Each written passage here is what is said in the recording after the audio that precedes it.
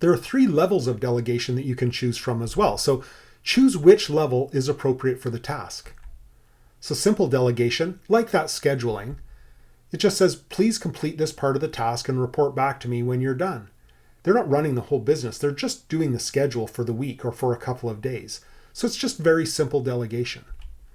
The advantage of simple delegation is you retain control of the project, and the person you delegate to has the comfort of knowing that they've got a process to follow in learning a new skill.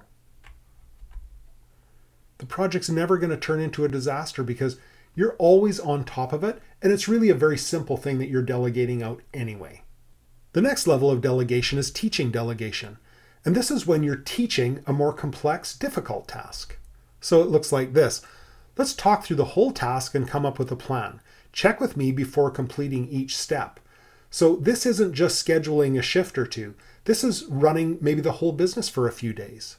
The advantage here is that you retain control of the overall project and you're freed from the more hands-on implementation. So while that person is learning, they're also taking work off your hands.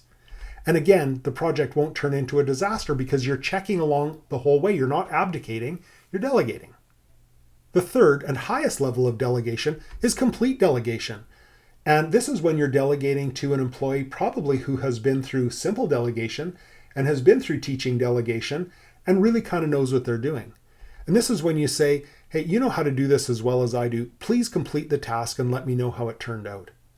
The advantages of complete delegation are you're free to move on to other priorities and you're building a new leader in the organization.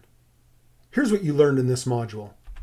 You learned a delegation model that works with a new CEO or an entry-level hire, and it is a bulletproof model. I urge you to try it. You learned 4 simple steps to delegating well, and you learned 3 levels of delegation to choose from, depending on the complexity of the task.